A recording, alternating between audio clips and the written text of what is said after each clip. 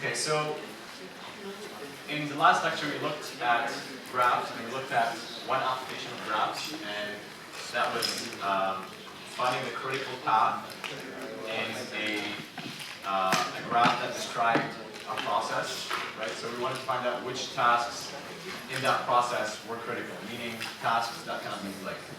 Okay, today we're looking at another, we're looking at another application. Let me just exit the conference slide.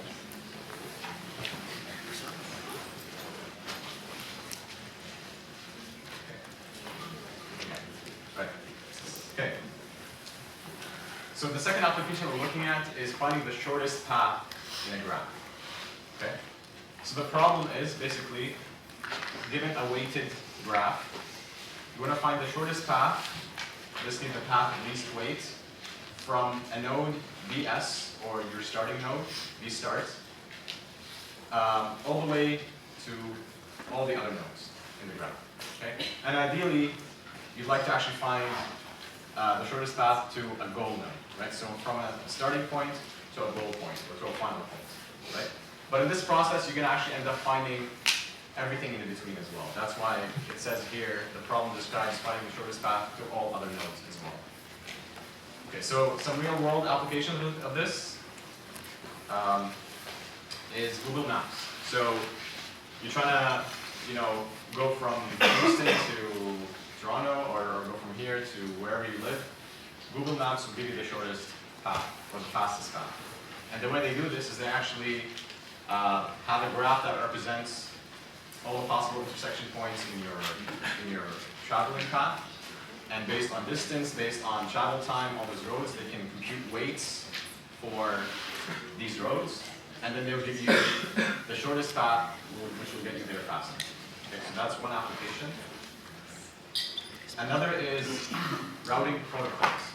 So in a network with millions and billions of machines, you're trying to send a data packet, a certain data item, from one machine to the other, right? So you're watching Netflix, and Netflix is trying to send you, a frame of your video, right? So which path is it going to take? You can't just take any random path where it sends the image all the way to India, and then from India it goes back to Canada, assuming it started in the US. That's not the most obvious and shortest path. So looking at a huge network, which can be represented as a graph, if you have a way to compute the shortest path, then that would be your way of sending your video frame to the user as Netflix. Right? So that's another application, basically how things are moving on the net. Okay. Another one is modeling the spread of infectious disease. So if you can model the relationships between people as a graph, then you can kind of guess or compute an estimate of how likely an individual is to infect others by determining their relationship to other people. Okay? So if you're close to me, if there's a good chance that I'll see you in the next few days, then there's a good chance that if you're infected with some disease, that I'll get infected as well. Okay, so that's the idea. Okay? No pun intended, by the way. That was just an example. Okay. Okay, so how do you solve this problem? So there's something called Dijkstra's algorithm, which is a very famous graph algorithm, and it does exactly that. Its purpose is to find the shortest path given a weighted graph. Okay. Now the restriction on this algorithm is that the weights have to be positive. Okay. And in our case, the examples that we're going to look at, the weights are positive, so we don't have to deal with the case where the weights are not positive. Okay, so how do we do this? I'm going to give you a high-level explanation of the algorithm using a first set of animations, and then I'll go deeper with another animation that will show you how you would implement it. Okay, so you have your graph, and over here you've got your VS, or your starting points, and you're trying to go to VG, or the vertex, which is your goal. Okay, so from node 1 all the way to node 12. And you're trying to do that using the shortest path. Okay? So you start off with node 1, okay? And then compute the shortest path to all the nodes that are adjacent to node 1. So all the neighbors of node 1. Okay? So that's the first neighbor, right? Node 2 is a neighbor of node 1. The shortest path to node 2 is what? 4, right? So the number in purple is actually the computed shortest path. Okay? What's another neighbor of node 1? Node 5, that's right. What's another one? The one right below 2? 3, right? So again, the shortest path to that one is just 5, right? And I keep going like this, so I compute the shortest path to 4 and the shortest path to 5. So now I've computed the shortest path to all the neighbors, or the nodes that are adjacent to my node 1. Okay? That's the first step. Now I kill node 1 in a sense that I don't look at it anymore.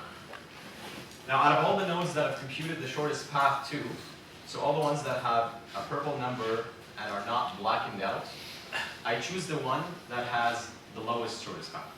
So which node has the lowest shortest path? The 4, right? So now I pick that one. That becomes my current node that I'm looking at. And I repeat the same process. I compute the shortest path to all the nodes that are adjacent to node 4. Okay? So it'll look like this. So I have only 2. I have 7, and I have 8. So I have a 3 here and a 6 over here. Okay? And I'm done with this node, so I kill it. I mark it as dead. And now I do the same thing. I pick the node that has the smallest, shortest path so far. So which node has the smallest, shortest path? Node at 7, right?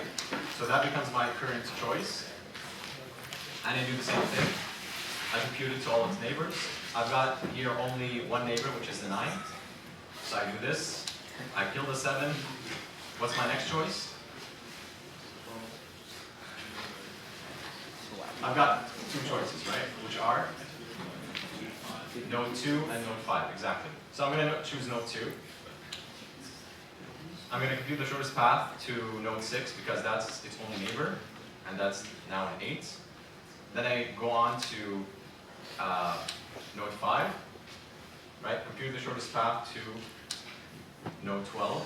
That's its only neighbor. That's a 9. I keep going like this.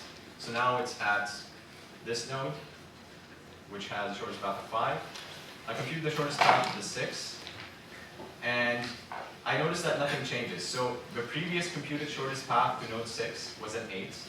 The new one, which is 5 plus 3, is also an 8, right? So it doesn't change anything, right? So this number here stays as an 8.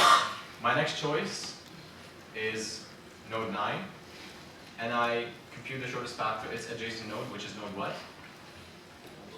Node 12, right? So what is my new value for shortest path at 12? What will it be? 8, right? Because 6 plus 2 is 8. So I will update this because right now I got a shorter path than what I've computed before. So I compute this, and this 9 changes to an 8. Okay? I keep going like this until I've covered the entire graph, basically. So I'm going to traverse over all the nodes, except for the last one. So once I'm done this, I've blackened out all the nodes, except obviously for the gold node. And I noticed by the end of this process that the shortest value, or the smallest value stored at here is 8. Right? So I'm guaranteed by the end of this algorithm that the shortest path will actually be stored over here. Right? So I have 8 as my shortest path value. Okay? So that's how the algorithm runs. Any questions so far? Yes. How did you methodologically go through all the nodes? Is there when you said, can you go to this one, so not just skip to the other one, and then just skip to this one? What was the logic for the skipping? Okay, so the logic for skipping was always you're picking out of all the computed nodes, the ones that you computed the shortest path for so far, you're going to pick the one that has the lowest value. So the lowest purple number. So let's go back a few frames. The lowest purple number out of all nodes that are not black. Right? So the ones that are black, I've already looked at. I've already computed the path to its neighbors. I don't look at them. So let's do this one. Okay, so after I finish computing the one for 3, and it computes the shortest path to node 6, what's my next choice? 6. The node number. What is the node number? 8. Node number 8. That, yes, those are. We have two possibilities. So you can do 8 because it has a value of 6, or you can do 9, which also has a value of 6. So either way, I chose 9 next, and then I computed the shortest path to its neighbor. The next choice would obviously be the 8, because that's the only other one left, I believe, here. So I choose the 6, I compute the shortest path, and after I've done this, I have two possibilities. The 10, which has a value of 9, and the 6, which has a value of 8. And since the 6 is shorter, has a value of 8, I pick the 6. That's how I went from node 8 to node 6. Okay, yes? Once you pass, like up there, when you have your goal node is 8, and that's 8 over there, can you just black that one out because it's less than that? Yeah. Like, it seems silly to go, like, if you list of millions of things. Yes. Well, yeah, I mean, I was gonna say that. Notice that with this one, both its adjacent nodes are already blackened out, so you don't really need to do anything with it. It's like once you go there, you discover your neighbors are black. So you just.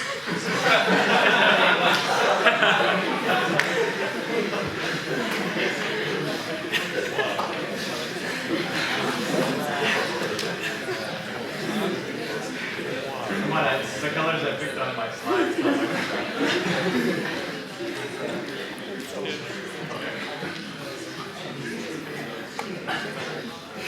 So your adjacent nodes have a color of black, right?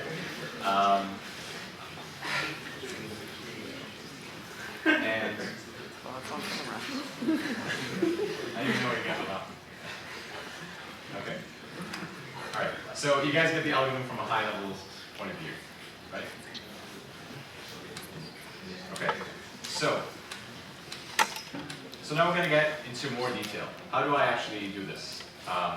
So this fact of killing a node or coloring it black, and how do I choose the next one? Any other questions about what you saw so far? No. Okay.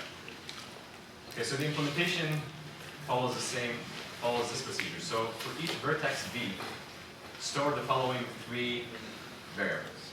Okay. The first one, I'll call it kv, and that's going to be true if the shortest path from the starting node vs to v is known. Okay. So if it's already been computed, the shortest path to this node has already been computed, it's going to be true. Otherwise, it's going to be false. Okay. The second variable is the distance of the shortest path known, the distance from the shortest path, the shortest known path from vs to v. Okay. So it's what I know so far about the shortest path from vs to v. Okay. And pv is the predecessor node of vertex v on the shortest path known from vs to v. Okay? So we'll see how this comes into play in implementation. So initially, everything is set to false, right? Except for the first node. Okay, the first node is going to have a value of true, because you can't start before that one. That's your starting point, so that will be set to true. So the shortest path, the first node is just 0, so that's already been computed. Your dv is going to be set to infinity. When you actually implement this, you'll just choose a very large number. Okay, so if you're using integers, for example, you pick the maximum integer possible. Okay, because you can't store infinity in a computer. Or you could do something like -1 if you know all your values are in a positive. So again, dv for the first node will be set to 0, and the previous node for everything will be set to null initially. Okay. So let's trace this algorithm on another example. So in this example, I have my starting node being B. My goal node is F. So I'm trying to get from B to f in the shortest possible way. So you notice that kv is set to 0 for everything initially, and dv is set to infinity except for at 0. Okay, there's a slight mistake here. I said that it should be set to 1 initially, so kv should be a 1 for b. Okay, and you'll notice that dv is 0 for b as well. Okay. Okay, so now having these three variables, what are the steps of the algorithm? So from set of vertices for which kv equals false, select vertex b with smallest dv. Okay? So I'm going to trace back what I just said. The initial value for b should be 0. It's correct. Okay? The initial value, again, I made a mistake. The initial value for kv is 0. Okay, it shouldn't be a 1. But the dv should be 0, not infinity. Okay, so going back over here, I'm going to pick the smallest one out of all the ones that are false. I'm going to set kv equal to true. And then for each vertex w adjacent to my node that I chose, which I call v, such that kv equals false, I'm going to check if the distance to this node is larger than, or the current shortest path stored at this node is larger than the shortest path to b plus the cost of the edge dw. Then I'm going to set, if that's the case, I'm going to set dw equals dv plus cdw, and pw equals pv equals v. So what does this mean? So if I have a graph, and this is my v, right? This is my node. I'm going to call this node 1. And let's say there's another node somewhere here, 2, and this is 3, and this is 4. Okay? So let's assume I've already computed a shortest path from 2 to 3. Okay? Let's actually call this 2, and call this 1. Okay, and just have an edge over here. Let's assume I've computed the shortest path from 1 to 3, and let's say this is 4. Okay? Let's say that edge is 1, and let's say this edge over here is a 1 as well. Okay, so my starting is this is Vs. I'm assuming I've already computed the shortest path to this node and this node, right? So this is a 4, and that's a 1. Right, so I've done the first step. I've taken the source node, and I've computed the shortest path to node 3 and node 2. Okay? Now the second step, you're going to take the neighbor with the shortest path so far. So you're going to take this one. So this becomes your V right now. Okay? So you're going to say for all nodes that are connected to this V, so that's one of them. Okay? So this is my W1, and this is my W2. Okay? I'm going to check, is the current dv, 4, is it larger than the shortest path at dv plus the cost of the edge? If it is, I'm going to update it, right? So dv here is 1, right? So dv plus the cost of the edge vw1 is 1 plus 1, right? So this is 1 plus 1. And dw, or dw1 here, is actually equal to 4, right? So dw is 4. And since this is larger than this, I'm going to update dw. I'm going to set dw equal to dv plus c of dw. I said dw is dw1. Okay, so dw1 is equal to dv plus c dw1. If dw1 is larger than dv plus c dw1. Okay, so that's the question, and if the answer is a yes, then you go and do this. Okay? So let's see this in action so that it becomes clearer. So initially, when I first start, things look like this. Okay. So the first step in the algorithm said from the set of vertices for which kb equals false, select vertex v with smallest dv. Okay. At this point, what is the only node which has a value not infinity? B, right? So its dv is 0, and it's the one with the smallest dv, right? Everything else is infinity, right? So I pick B, right? And then the next step says, from the set of vertices for which kb equals false, select vertex v with smallest dv. So right now I'm at the next iteration. Okay, so I've picked B. At the next iteration, I'm going to repeat the first step. Which nodes out of the ones that have the kb equals false has the smallest dv?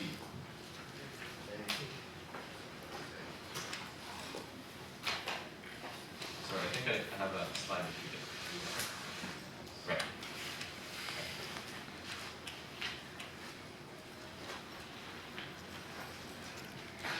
Okay. Yeah, so that was iteration 1 was over here. So I started off with picking B as my first node. The second step, I'm going to set my kb equals to true. Okay, so this kb becomes a 1. And then I'm going to do the third step, which is for each vertex connected to D, all the vertices that are adjacent to D, I'm going to ask this question that I have over here. So is the shortest path to that's currently stored in these nodes, is it larger than the shortest path from V plus the edge that connects the two nodes? So since everything is infinity, right, what's stored in A and what's stored in C is actually infinity, I'm going to update those values, right? So first, the two neighbors to B are A and C, right? And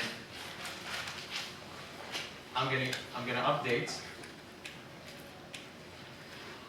the two values for dv for nodes A and C.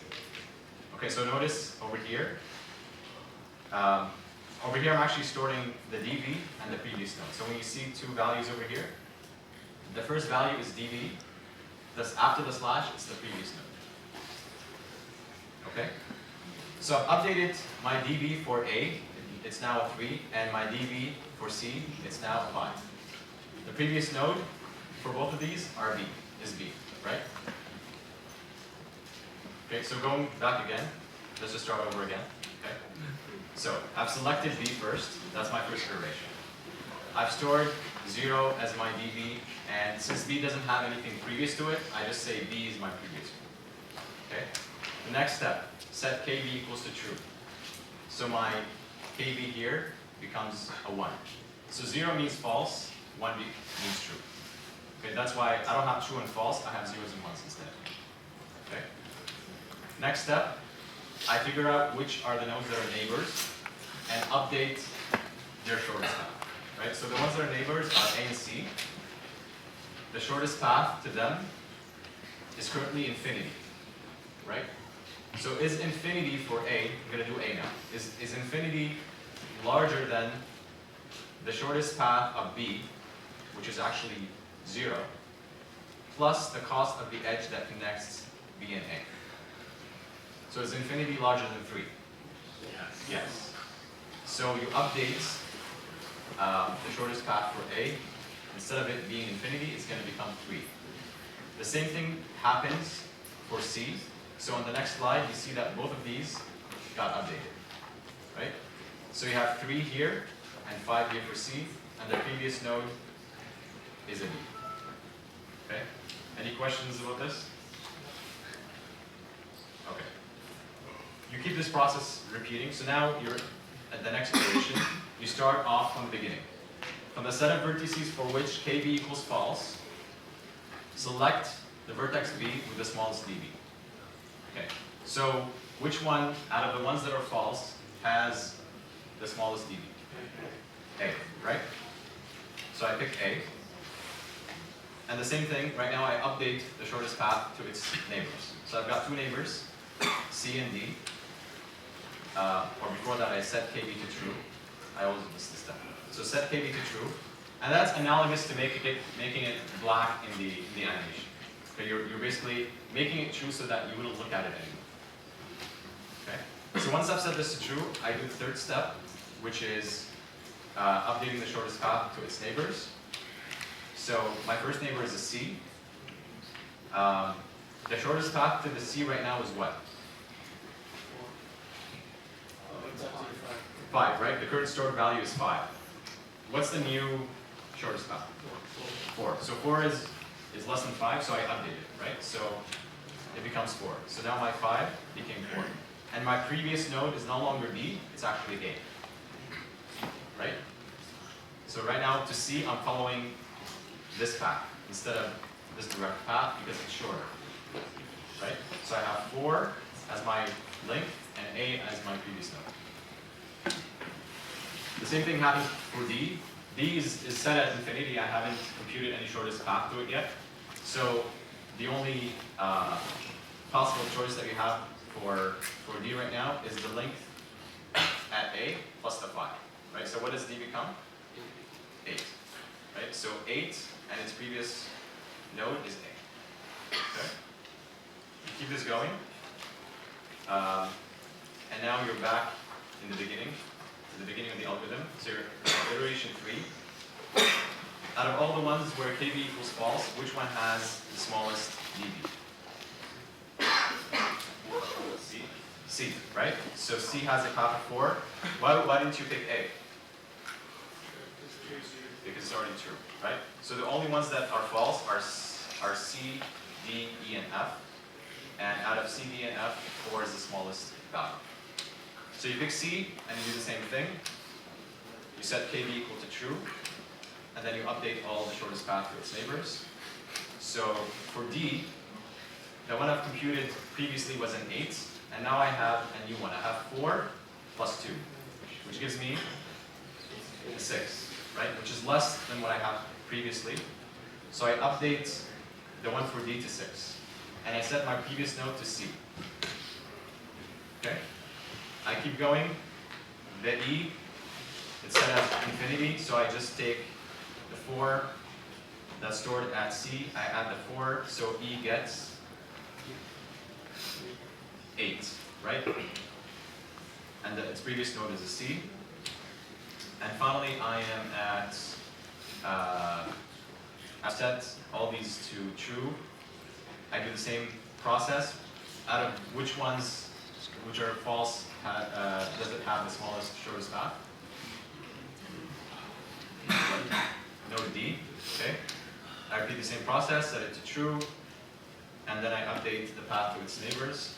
So I have F becomes 10, and that's the only neighbor for D, right? So I'm done with this iteration. I go on to the next iteration. My only two choices right now are E and F, and E has the smallest, shortest path of 8. So E becomes my choice, and I update the path to its neighbor, which is an F. So 8 plus 1, which is a 9, is less than 10.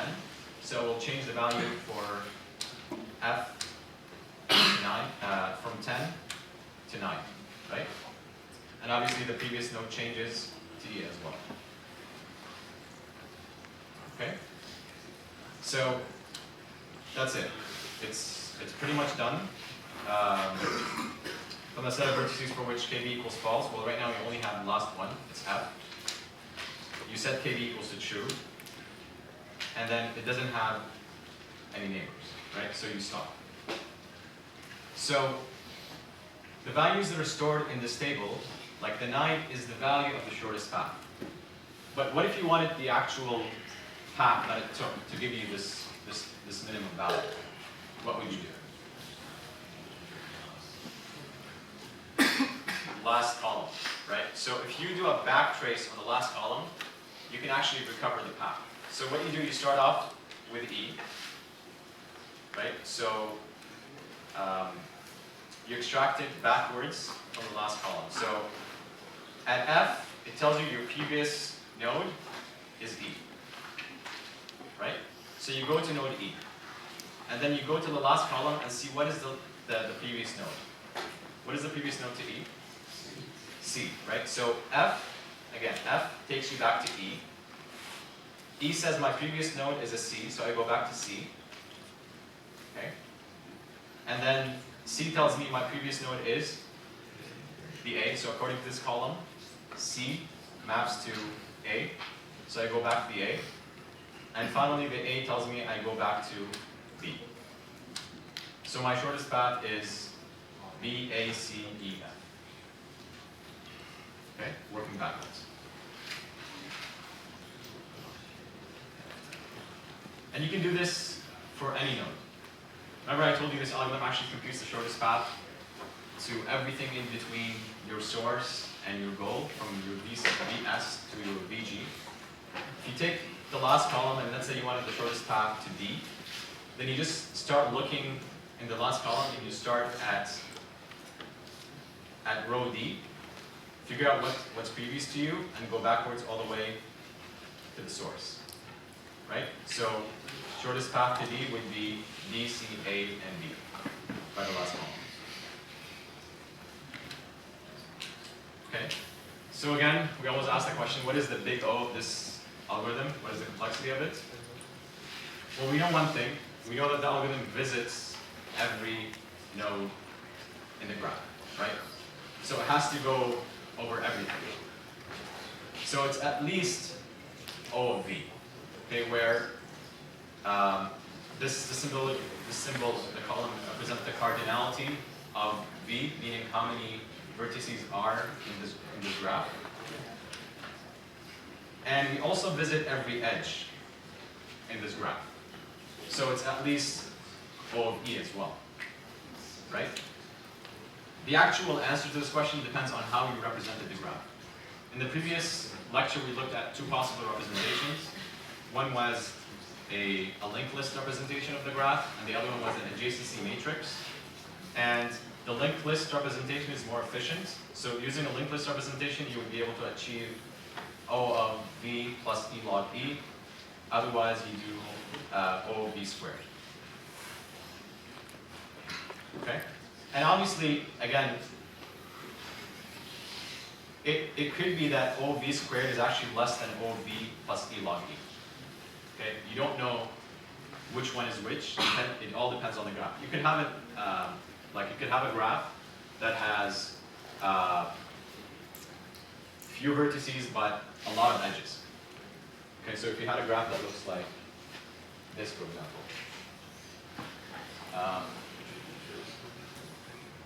So I haven't actually tested this, but let's see if this works. So you have a graph that has an edge from every possible node to all the other ones. Okay? So I'll make it directed. So I'll have one going this way, one going this way, one going this way, one going that way, one going this way, one going that way, one going this way, one going that way. And the same thing here, and one here, and one here, and one here. Okay.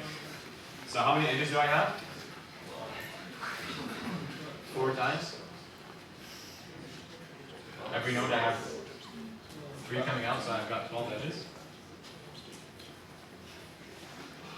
I've got 4 vertices.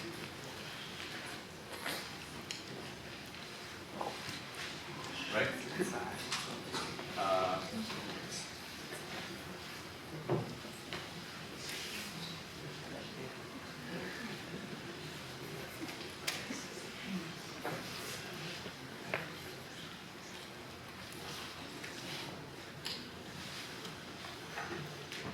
Okay, so what's V squared? 16. Right? What's V? So we can do it like this. What's V plus E log E?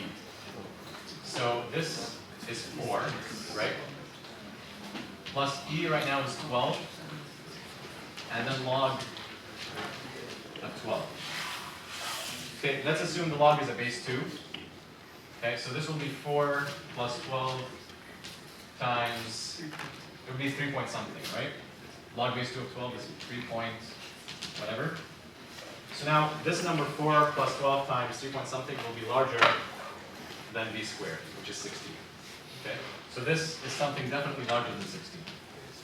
Okay, so again, you pick your representation of the graph depending on how many edges it has versus how many vertices it has. But that's something that's another topic. But basically, I'll just try and demonstrate the point that it's not necessarily true that b plus e log e is always less than b squared.